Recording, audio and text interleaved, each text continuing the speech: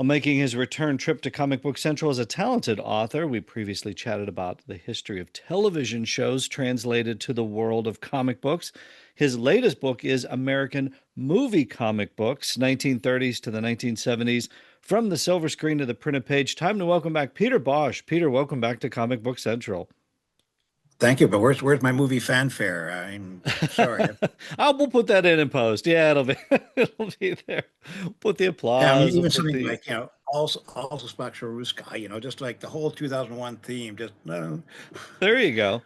I All tell right. you, the titles to your books are a mouthful, and they everything there visually is an eyeful. It is jam packed once again. The last time you were here was episode 442. We chatted about American TV comic books, 1940s to the 1980s. So those are basically, if someone hasn't heard that chat, those are television shows that existed that they made comic book adaptations about. So loved talking about those. But now we're going to get into the movie adaptations. And again, just another treasure trove of pop culture goodness published by the fine folks at TwoMorrows Publishing. So congratulations. How much research went into this book? How long has this book been in the making? Wow, it's actually been in the making, I guess. Well, it's this and the TV comic book, so let's keep them together because I was doing research on both of them at the very same time. So altogether, about a decade. The greatest amount of research, of course, time-wise, is was watching every single motion picture in here, and there's approximately, Oh, I think, wow. about a couple hundred at least. I mean, I mentioned about there's about 500 motion pictures from 1930s through the 1970s that were adapted to comics, and so it's just like watching an awful lot of stuff. Not always good, but necessary. And of course, then making sure. But you actually, do you want to know what the hardest thing was to write? It was the one-page biography of Jack Kirby. It's like, how in the world do you sum up a man with so many accomplishments in just one page? I swear that was the hardest thing I wrote. I spent more Wow. time putting that one together because there's just so much he's written, and if you got like 20 pages worth of stuff just to write and just try to get down to one page, that was the Yeah. hardest thing. Right. The press release says starting from the days of Charlie Chaplin and continuing through the wonders of Steven Spielberg. So, like you mentioned, it's the pre 1930s, the early 1930s. These were actually even days that predated comic books, right? So, like the That's correct. comic books as we've come to know them, you're kind of going back. But I like how you talk about it. Maybe you could flesh it out a little bit here. Is that in those early days, a lot of this was like promotional gimmicks or things they'd put in, press kits or something like that for a movie, just ways to get something out there. What were those like? They weren't like full on comic books, right? No, in the pre days, in other words, I'm going to say pre 1934, they were different things from adapting motion picture storylines into movie magazines, with just like with a photograph here and there and a whole lot of text. And there was also the Grosset and Dunlap books, which had their novelization. Well, they started with the novel and they inserted photographs from that. But there was also Mm. times when there was no novel to begin with that they made a motion picture of, and so they wrote a novelization of it, and again inserted photographs. That's sort of like the starting point. And then there was also in when we jump over to the 1930s, at the very beginning of the years, in 1933, RKO Studios within their press book included a 6-page comic strip summary of the entire film. King Kong was one, and then I mentioned that in the book and illustrated in the book, and it tells you that. But that was, in a way, the real start. But the actual start was a B motion picture, matter of fact, called Police Car 17, starring Tim McCoy, who was a Western star mostly. And that was like a treasury size edition. And that was actually the very, very first movie to comic book tie in that was ever out there. A direct one, yeah. And you also mentioned in the book early on DC's movie comics. Can you tell the listeners a little bit, if we're not familiar with DC's movie comics, what were they? Well, that's actually that one is an interesting idea. That was the first time that a company put together a comic book based on just the motion pictures and adapting them into comics. But unfortunately, this occurred, by the way, in 1939 and ran for I was six just say, yeah, issues, late 30s, right? Yeah, right, right. right? 1939. And they did a terrible job of it, to be honest, to God's truth, because a lot of You can times, see it too in the book. That's the great thing when you get the book. You can see the effort, but then you can also see what you're about to describe. Go ahead. right, what they did was they would take photographs, or that's right, the studio would issue them photographs. They would use those as panels for the stories, but sometimes the panels for the artist wasn't complete enough, and so he would draw like an extra arm or a leg onto it, or something. And the coloring by Jack Adler was who was fantastic at coloring, by the way, as we all know. In that those early issues was just horrible. You'd have like pink and green Hmm. and all the faces, which were tried to be covered, but it still came across as like the gray images on the photograph. It was a mess, is what it was. I mean, they had a lot of movies in each issue, but it was an experiment, and that's all you can really say about it. It was an experiment, but it was a starting point. But it's sort of interesting to see the genesis of these things coming about. One of my favorite, probably actually my favorite comedy team of all time, Abbott and Costello. They're mentioned in here because, and you mentioned the one comic. It was you said the police one, but was Wistful Widow of Wagon Gap. Was that the first full length adaptation? Because that's like the full, almost the full movie, right? Yes, in comic book size. In comic book The one size. with Okay. Police Car 17 in 1934 was the full story. But again, it was a bigger size. It was Almost that's a in treasury. 1934. There was things like Famous Funnies and others that were that larger size, Okay. and it's when they did the Wagon Gap one with Abbott and Costello, which, by the way, is a very funny movie, especially Yeah. because of Marjorie Main in it. Marjorie Main, Hmm. as most people know, well, film fans know, was Ma Kettle in the Pa and Ma Kettle movies, and Hmm. she is just you mix her with Abbott Costello, and it's just like pure comedy delight on every side. What are your favorite adaptations as you go through? Like, you probably had some going in, but then in doing the research, did you come to appreciate some other ones too that sprang up? That's actually a great question. I, I mean, going into it, the ones I loved were things like some of the Walt Disney movies from the 1960s, the live action ones, such as Summer Magic with Haley Mills, which was drawn by Russ Manning. And then you also had Russ Manning drawing Captain Sinbad. Those were two of the best drawn comics of all the 1960s. And by the way, in the 1960s, if I recall my number right, there was about 160 film adaptations done from Wow. Dell, Goldkey, and others. In 1950, so beats that. It had 190. You mentioned too, like some of those early ones, it's not even necessarily specific movie adaptations, but there were a lot of movie stars at the time that had their own comic book. And I Yes, like that you give a section of that as well. It's like they were so popular, they got their own comic book. exactly right. There was a whole lot of them. As a matter of fact, if I got my numbers remembered, there were 17 different ones in 1950 alone. 1950, by the way, was really the starting point of everything coming together that had been done up until then. It was like everything up till then was almost like a testing period. But 1950 itself was just a ton of movie star comics, film adaptations, and even a whole bunch of comic books you'll find if you go out there with movie stars' pictures on the outside, but absolutely no mention of why on the inside, just to help to sell comic books.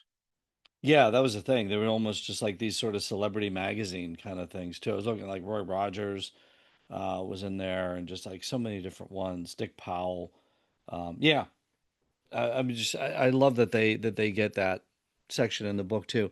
Look, some of them, we talked about this on the last episode when we talked about television. My sweet spot has to be the 70s. I mean, and I love the fact that you dealt with the Planet of the Apes, but it's not only that, but it's like the comic books, it's the magazines, and you included the Power Records. I was wondering if those were going to sneak in there. How did you did you debate on whether to include the Power Records comics or not? It was me doing my research and just saying, okay, if I leave this out, somebody's going to say something. It would have been me. Yeah, it So would have been me. eh, I'm the kind of person that there's always a voice in my head says, look, you've got so many other things to do in this whole book. You've got to get it all within 192 pages. And yeah, but somebody's going to say something in a review somewhere at some point, and there's going to be some Planet of the Apes fans or Star Wars fans or something Right. where you did not take the extra few minutes to do it. So yes, that's why the record comics were in there as well. Well, and you got the creator mentions in there too, because I know on some of the Power Records stuff, it's really tough to find some of the creator stuff too. Did you have to do a little extra digging on those? Of course, I mean, a lot of times they never credited those things, but I know people would be interested. So when I could find out where a creator was actually doing something, I always mention it, no matter if the work was good or bad, it's important. So, of course, a lot of times with comics, except when Marvel would do it, they would mention who had did the art, who did the writing, and that's a lot of things I try to give credit to is as well. The writers, should never be forgotten, and Right. I actually include within my book. I didn't have it in the last one, but I definitely did in this one. I included a couple writers because of the amount of movie adaptations they turned out. Yeah, exactly. And then on this one, on the Planet of the Apes, you mentioned art has been attributed to Ernie Chan for all four covers and Nestor Redondo for the interiors.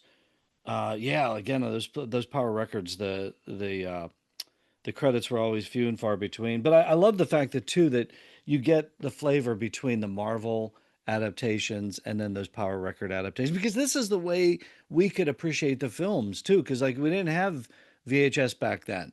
You know, when you're talking about the 70s, you're not. We couldn't pop a VHS tape in and read. You know, if you caught it on television, yay. But that was about it. So I think between the novelizations, maybe we had like a vinyl record, the story on record. There were some of the Star Wars things that were out there.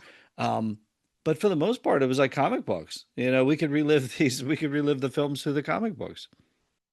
One of the other ones I loved in there was the Gold Key treasury sized comic. So we talk about treasury size for those that don't know. It's those giant size comic books.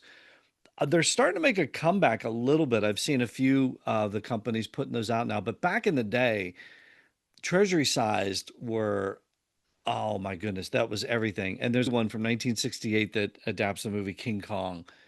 And Mhm. what was it like for you to just watch? You got the classic black and white going there, and then did you have the treasury size full color sitting next to you?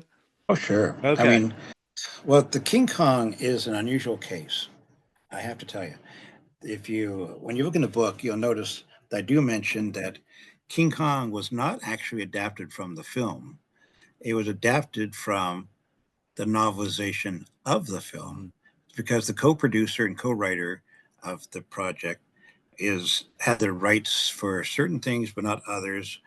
And when you look at the treasury, they mentioned the novel, not the motion picture at all. One, again, we talked about those treasury size books. One in particular, the King Kong one definitely stands out, but one that really jumps out to me, and it's a perfect example of what you just read. I know the DC Marvel crossover, like teaming up for the first time back in the 70s. I know Superman versus the Amazing Spider-Man gets all the attention. But I know where you're going. that was not the first crossover. I know a lot of people think that. The actual first crossover was the Marvel slash DC. What was it about? Maybe 8 months before with the Wizard of Oz. Well, you have to, yeah, follow the yellow brick road. Oh my. Can you talk a little bit about, were you familiar before you started all this? Were you familiar with that Treasury book? And what are your thoughts on the book itself and how it compares to the movie? Because I know what mine are, but I want to get the expert's opinion. Oh yeah, I mean, I first off, well, I saw, like everybody did, I saw the motion picture on television for the first time Hmm. way, way back when I was a kid. I mean, they used to broadcast it, I think, every year.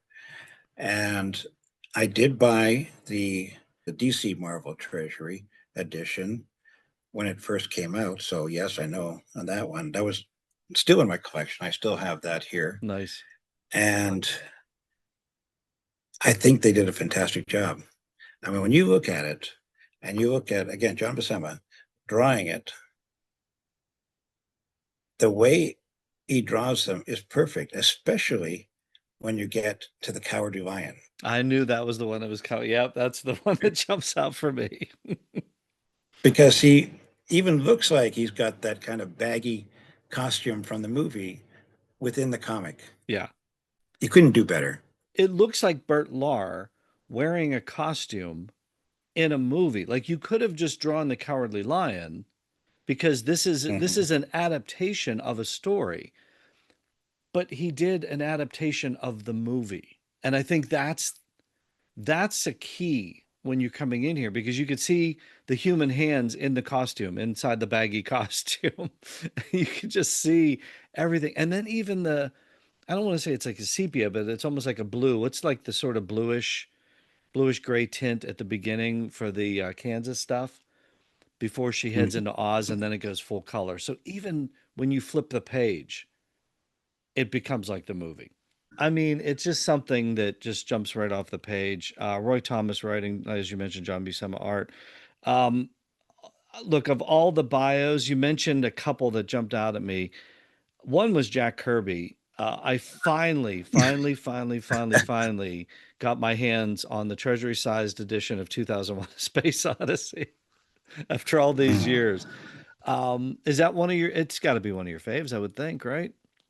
Well, what it did for me was it kind of cleared up the ending that got so many people confused when they saw the movie. Mm-hmm.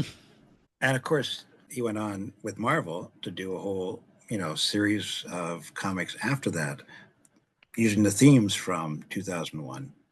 Right. That I mean, it launched its own series where they had did original stories out of it. But I think being in The, a the images themselves are striking. right, that's what I was getting to. The being in a treasury size book, it's almost like everything in there has a cinematic quality to it. It's a standout. And I've got to ask you, Al Williamson is one of my all-time favorites, but especially when it comes to movie adaptations. Is he one of yours as well? He's one of my favorite artists, and what he's done wasn't enough because, unfortunately, it also the majority of his work in motion picture adaptation came after 1980. Right. All the films he did after that, I've got them all reviewed Hmm. if I ever get around to getting a sequel together to this book. You saw where I And was because he headed. You did, saw where I was headed with that question, didn't you? there's a section at the back of my book, which, as you can see there, and everybody else will be able to when they get the book, I call it Changing the Marquee, and it's covering 10 adaptations after 1980. And Flash Gordon is right up there because it is possibly amongst his very best items that he ever drew. You led me right into it because it's like you the title of the book goes up to the 70s.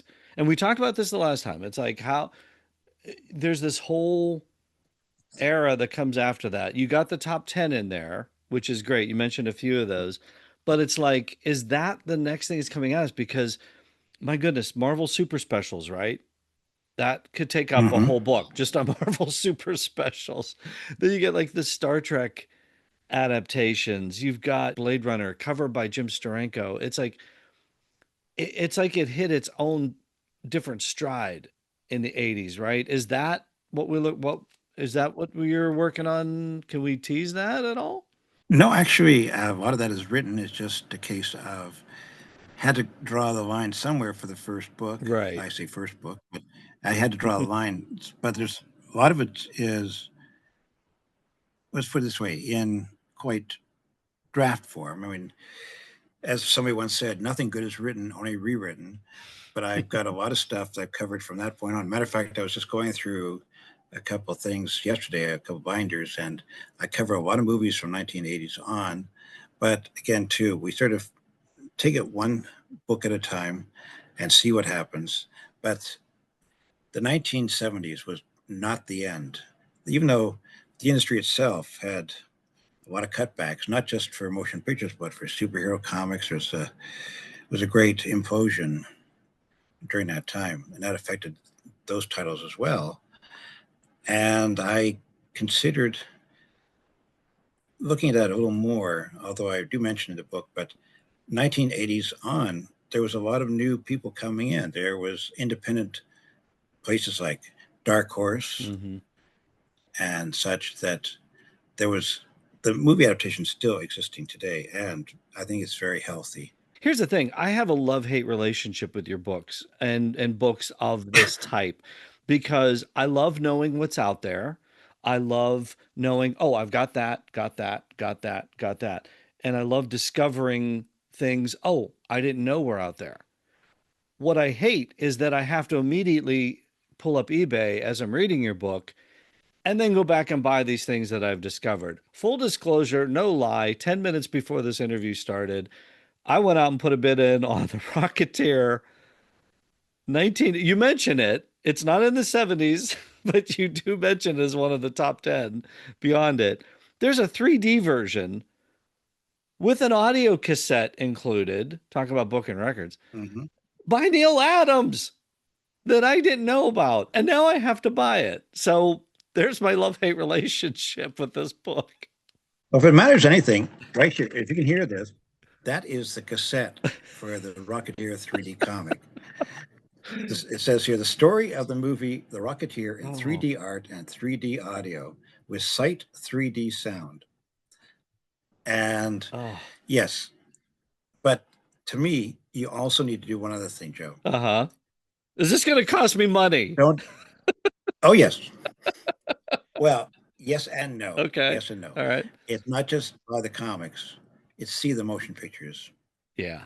Because without them, there would not have been any comic adaptation in the first place. Right. And so many films are absolutely delightful. Matter of fact, the way I break it down in my book is usually the first paragraph is about the motion picture, and the second paragraph is describing the comic book, because they're equal importance. Right. How it either embraces it or how it differs from it. And I love that aspect of it, that you get the sense that you're watching it and writing about it at the same time. American TV comic books, 1940s to the 1980s, American movie comic books, 1930s and 1970s. We got more coming at us. We know that's happening. Peter, as always, I am so glad when you tackle these subjects. It makes our job easier and it makes it more entertaining for us as readers and pop culture enthusiasts to go through these. My bank account might not like you, but we love you as an author. So thank you so much for putting these out, and thank you so much for joining me on Comic Book Central again. Thank you, Joe, and I appreciate your interest in it.